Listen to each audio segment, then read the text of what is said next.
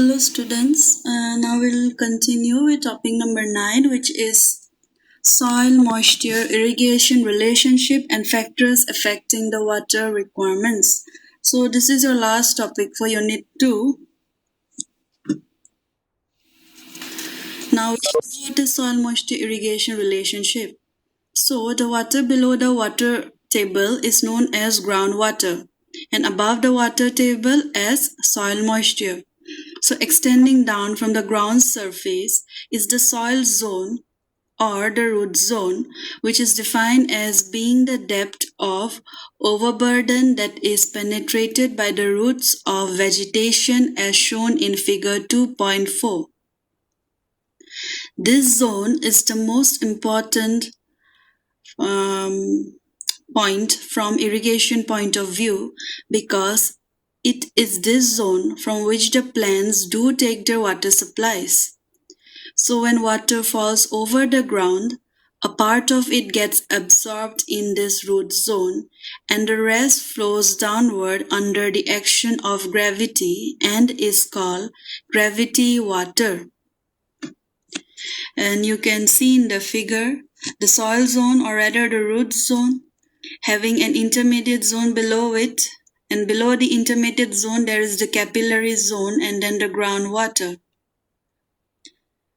In between the groundwater and capillary zone there is the water table, and the distance, or rather from soil zone to capillary zone, which includes the intermediate zone as well, it is termed as the soil moisture. This diagram is important. Next question. Determine the fill capacity of the soil for the following data.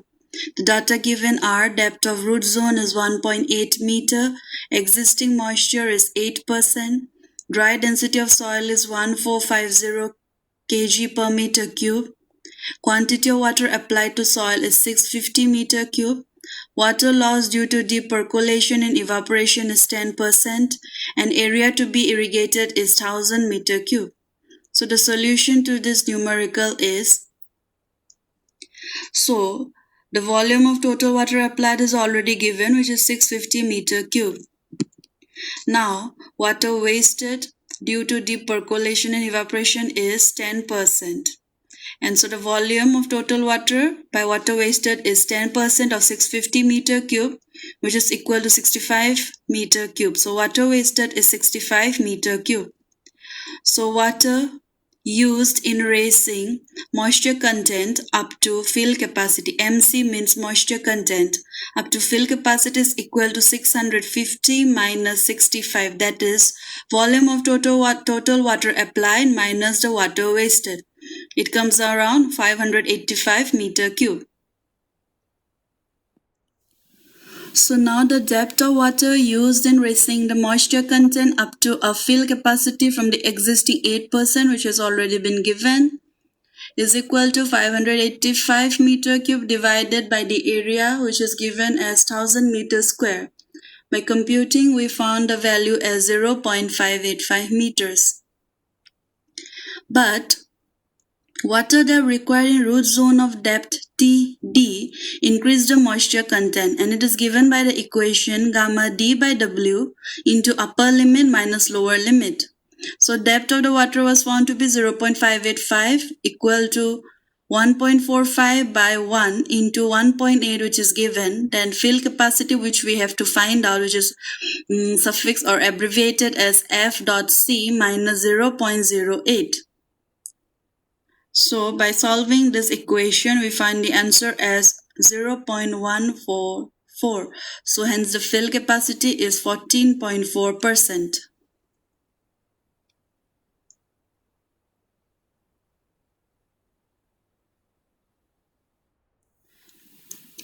Next, factors affecting water requirements. So the factors that mostly affect the crop water requirement are cited below. First is the type of crop. The rice requires more water than jowar. Second is season. In hot and dry seasons, evaporation is more, hence requirement for the same crop is more. Example, Kharif rice is 120 cm, Rabi rice is 150 cm. Next is type of soil. The requirement increases if the soil is pervious since seepage losses increases. Number 4 is method of irrigation. Free flooding method needs more water than sprinkler or drip method. Number 5 is farm management. In properly managed farm, requirement is minimum. 6. Maintenance of canals and structures. If properly maintained canals and structures are there, then transit losses reduce. That means transportation losses.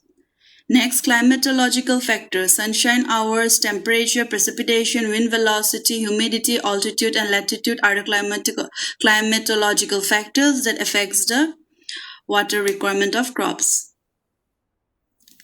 Next is principal crops of India. So agriculturally, the country that is our India has 5 zones which are cited below. Rice zone, wheat zone, zoar zone, potato and cereal. In rice zone, it is eastern, north and southeastern coastal area. Wheat zone, northwestern and central regions. Zoar zone, Rajasthan, Madhya Pradesh and Deccan Plateau. Potato and cereal, Himalayan region, Jammu and Kashmir, Himachal Pradesh and Uttar Pradesh. These zones are important.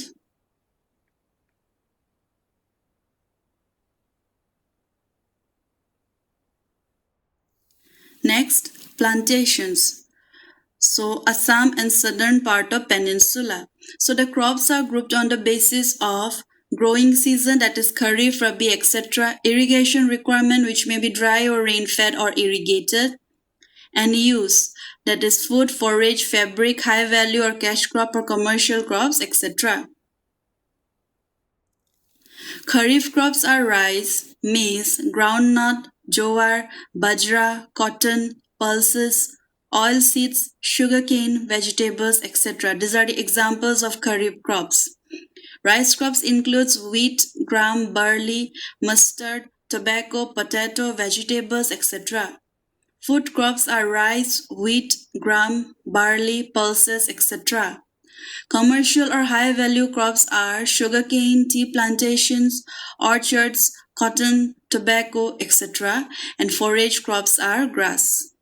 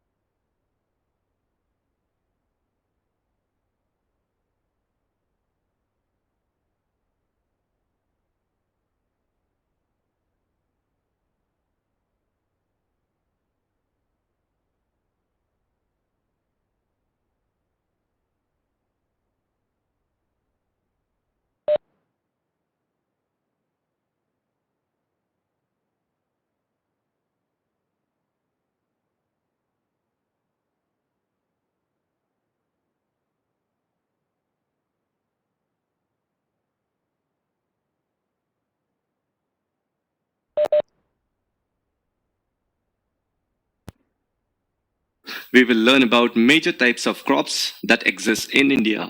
Before we do that, we need to first understand the cropping pattern in India. That is, what is Rabi, Kharif, and Zaid crops.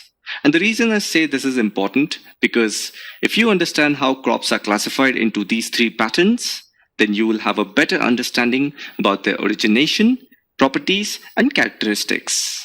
So let's read about each one of them in brief. The first one is Rabi crop. So this crop is sowed in the season of winter, that is from October to December, and harvested in summer, that is from April to June. So always remember, Rabi crop is a winter crop. The best way to remember is the letter I also exists in the word winter. So when you have Rabi, it's winter. Remember that. Now some of the important Rabi crops are wheat, barley, peas, gram. Now these crops are grown in the large part of India, especially places near north and northwestern parts, such as Punjab, Haryana, Himachal Pradesh, Jammu and Kashmir, Uttaranchal, and Uttar Pradesh. So remember, India has two types of monsoon, that is southwestern monsoon and then northeastern monsoon. So the second one, that is the northeastern monsoon, it occurs during the winter season. Therefore, this monsoon or this rainfall helps in the success of these crops. Now, due to the success of Green Revolution, it has helped in the growth of these Rabi crops. So, Green Revolution was a period when agriculture in India increased its yields due to improved agronomic technology. At that time, everything was efficiently done. We have proper technology in place, and with best practices, this movement Green Revolution developed, and this was purely to overcome food defects because that can lead to health hazards. Now let's read about the Kharif crop. Kharif crops are grown with the onset of monsoon. So this is the southwestern monsoon we are talking about, which starts at the beginning of June. And the crops are harvested in the month of September or October by the end of the monsoon. So Kharif crop is sown in the monsoon and Rabi crop is sown in the winter. Remember that. Now some of the Kharif crops are paddy, maize, jowar, bajra, tur, moong, urad, cotton, jute, groundnut, and soybean. So all of these crops are grown in the region of Assam, West Bengal, coastal regions of Orissa, Andhra Pradesh, Tamil Nadu, Kerala, and Maharashtra. So you see, all of these places receives rainfall from the southwestern wind. So this was all about the Kharif crop. So after Rabi and Kharif season, there's something called Zaid season. So it is a short season, but it is mostly in the summer. So some of the crops that are grown in this season are watermelon, muskmelon, cucumber, and other vegetables. Need a professional logo for your brand? I've used the new Wix logo maker to create one for my startup. I'll show you how. First, go to Wix Logo Maker. To start, I'm gonna type the name of our startup. Then I'll add our tagline. Gotta make sure it's catchy. It's for a travel app we're developing, and I want our logo to look dynamic and techy. Now check this out. I can tell Wix Logo Maker exactly what I like, so it understands our style even better. We're going to use our logo on our website, social media, and of course, our app. Drum roll, please. Wow, so many options. That's the one. Vegetables and fodders. So all of these crops falls under Zaid crop. So with this, we are now aware of the three types of cropping patterns in India. Now let's read about the major crops of India. A variety of food is grown in different parts of the country, and basically it depends on the variation of soil, climate, and cultivation practices. Now some of the major crops in India are rice, wheat, millets, pulses, tea, coffee, sugarcane, oilseeds, cotton, and jute. So let's read about each one of these crops and get to know more in depth. The first one is rice. It is the staple food crop of a majority of the people in India. So rice is consumed at a large quantity.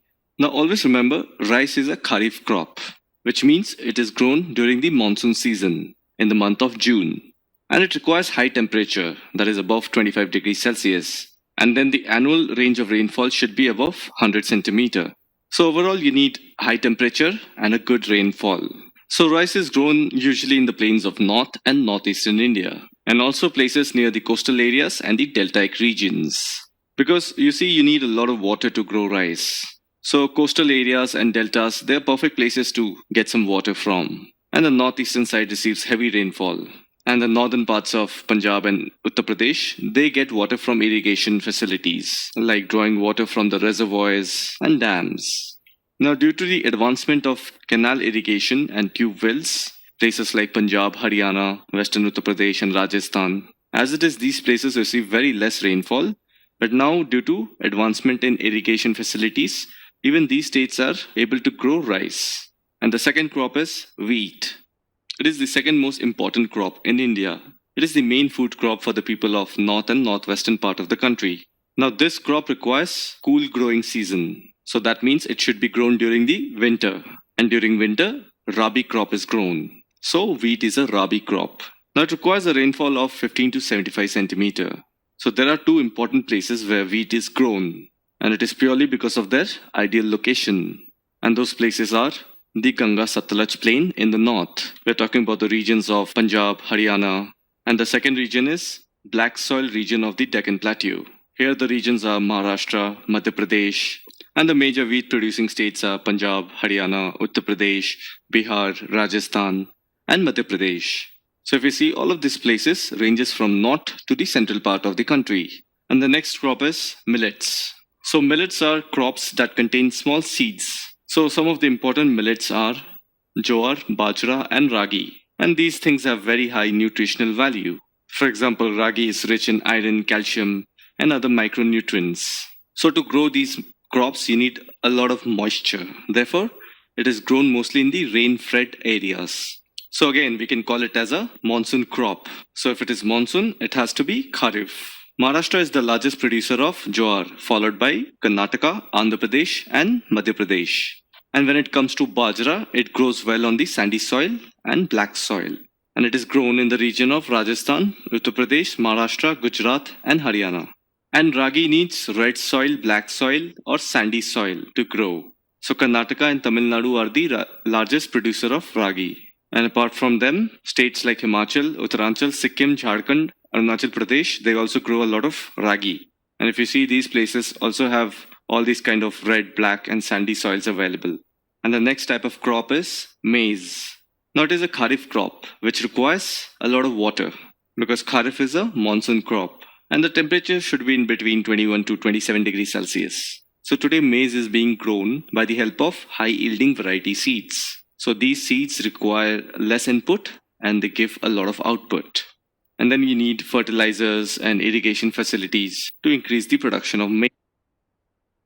Hi, I'm Brad Callen, and in this video, I'm going to show you how anyone can quickly and easily create doodle videos, just like the one you're watching right now, using Doodly, our drag-and-drop doodle software that allows anyone, regardless of tech skills, to create highly engaging professional doodle videos in a matter of minutes.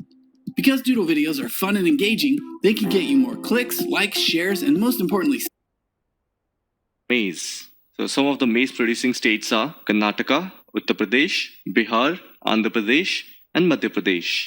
Now the next type of crop is pulses. Now India is the largest producer as well as the consumer of pulses in the world. And also the government of India gives huge quantity of pulses as a subsidy through the public distribution system to the people of India in meeting the minimum requirement of protein for a person. So pulses are the major sources of protein.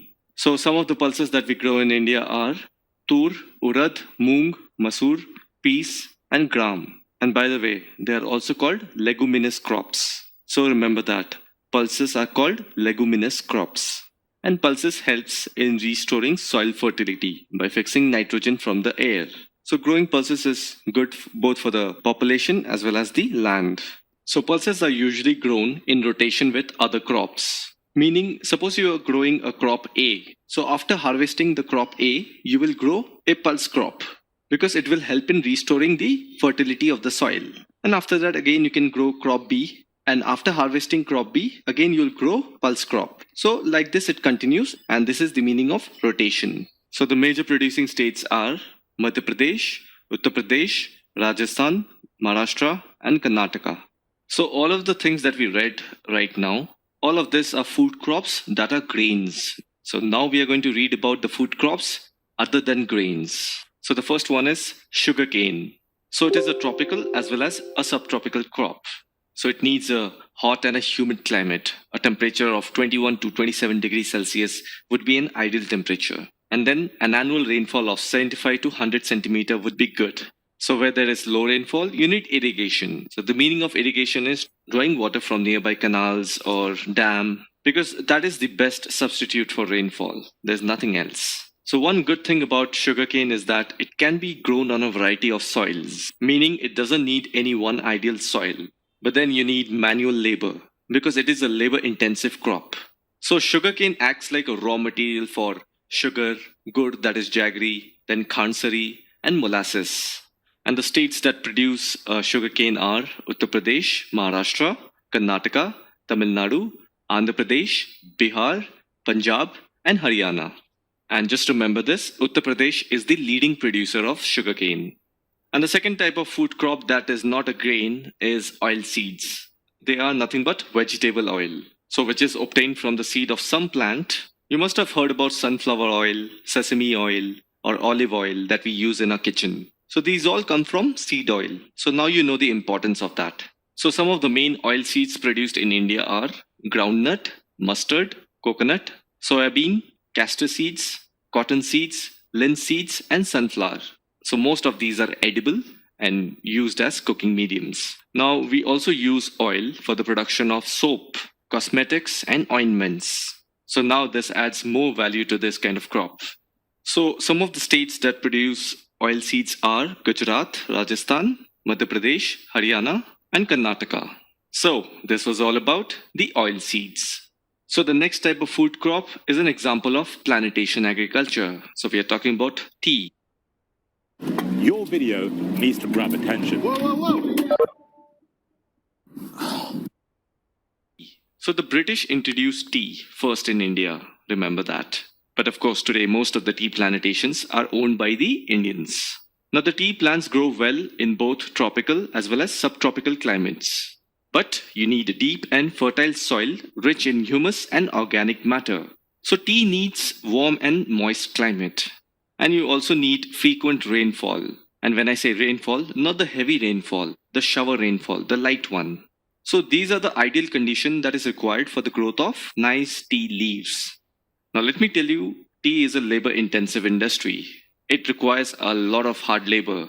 And the states that produce tea are Assam, hills of Darjeeling, then Jalpaiguri districts of West Bengal. Then you have in the southern region, Tamil Nadu and Kerala. Now, apart from these ideal locations, there are few other places like Himachal Pradesh, Uttaranchal, Meghalaya, Andhra Pradesh, and Tripura. So these all states contribute towards tea production. Now, after tea, it has to be coffee. Wherever you go, you will have an alternative to tea. So the Indian coffee is known in the world for its good quality. And always remember, coffee was never an Indian crop. It was brought initially from a country called Yemen. Now, coffee is grown only in the southern region of India, and it is only confined, let me just repeat that word, confined to the area of Nilgiris in Karnataka, Kerala, and Tamil Nadu. So you will just find coffee plants here and no other place in India. And the next crop is horticulture. When it comes to horticulture, just remember fruits and vegetables. So all the colorful, different shaped, solid products that we consume, these are called horticulture. Now, India is the largest producer of fruits and vegetables in the world. Now, India produces both tropical as well as temperate fruits. So we have mangoes, oranges, bananas, lychee, guava, pineapple, apples, pears, apricots, walnuts. So all these kinds of rich fruits are grown in India. Just have a look at this map. You will find all the places being marked which grows the respective fruits. So India also produces a lot of vegetables. The important ones are pea, cauliflower, onion, cabbage, tomato, brinjal, and potato. So with this, we cover the entire horticulture crop. Now let's move on to the next topic, non-food crops. So meaning these are crops, but you cannot consume them. They are not edible. So the first one is rubber. So it is an equatorial crop, meaning it is grown in all the countries that lies in the equatorial region. Now to grow rubber, you need moist and humid climate. And then you need heavy rain, more than 200 centimeter. So if you see moisture, humidity, and heavy rainfall, these are all characteristics of equatorial region. We all know that rubber is an important industrial raw material. So the states in India that grow rubber are Kerala, Tamil Nadu, Karnataka, Andaman and Nicobar Islands, then Garo Hills of Meghalaya. So notice all of these places receive heavy rainfall and they are also very humid. So where there is humidity, moisture will be high. So this was all about rubber. The next one is fiber crops. So fiber crops are cotton, jute, hemp, and natural silk. So these crops were traditionally being used to make paper, cloth, or rope. And they are of two types, natural and artificial. So today fibers 85% of people working in a job, they don't like their job. as per the gas are being chemically modified to make them strong. So most of the natural fiber crops are obtained from cocoons of the silkworms, and silkworms feed on green leaves known as mulberry. So the process of rearing silk from silkworm is known as sericulture. The sericulture starts with S, so remember that. S also stands for silk. Just remember it this way, it will be easy. And the next one is cotton. Now, cotton is one of the main raw materials for cotton textile industry. I mean, this is a huge industry. It's a multi-billion-dollar industry. So to grow cotton, you need black soil. So where do you find black soil in India? It's found in the regions of Deccan Plateau. It requires high temperature and moderate rainfall. And you cannot have frost, You only need sunlight, bright sunlight. And it usually takes 6 to 8 months to mature, that is to harvest. Now, the major cotton producing states are Maharashtra, Gujarat, Madhya Pradesh, Karnataka, Andhra Pradesh, Tamil Nadu, Punjab, Haryana, and Uttar Pradesh. So if you see, most of these states, they lie in Deccan Plateau. And the last type of non-food crop is jute. So jute is referred to as golden fiber. Now, if you see the color of it, it is brownish and golden color. Now, you need a fertile soil to grow jute. But here is a catch. That soil needs to be renewed every year. And how does a soil get renewed? By continuous flow of river. And where can you find such a place? West Bengal, Bihar, Assam, Orissa, Meghalaya. So if you see, all these places have river that is perennial or continuous flowing. So that helps in renewing the soil. So jute is used to make gunny bags, mats, ropes, yarn, carpets, and other artifacts. And these are costly. They are of high cost. And because of that, it is losing market because we have an alternative to that. It's called synthetic fiber, which is also called artificial fiber. They are chemically produced and they are cheap. So that brings us to the end of jute and also to the end of all types of major crops that are produced in India. I hope you found this video informative. I'll see you in the next one. If you enjoyed these videos and see a purpose behind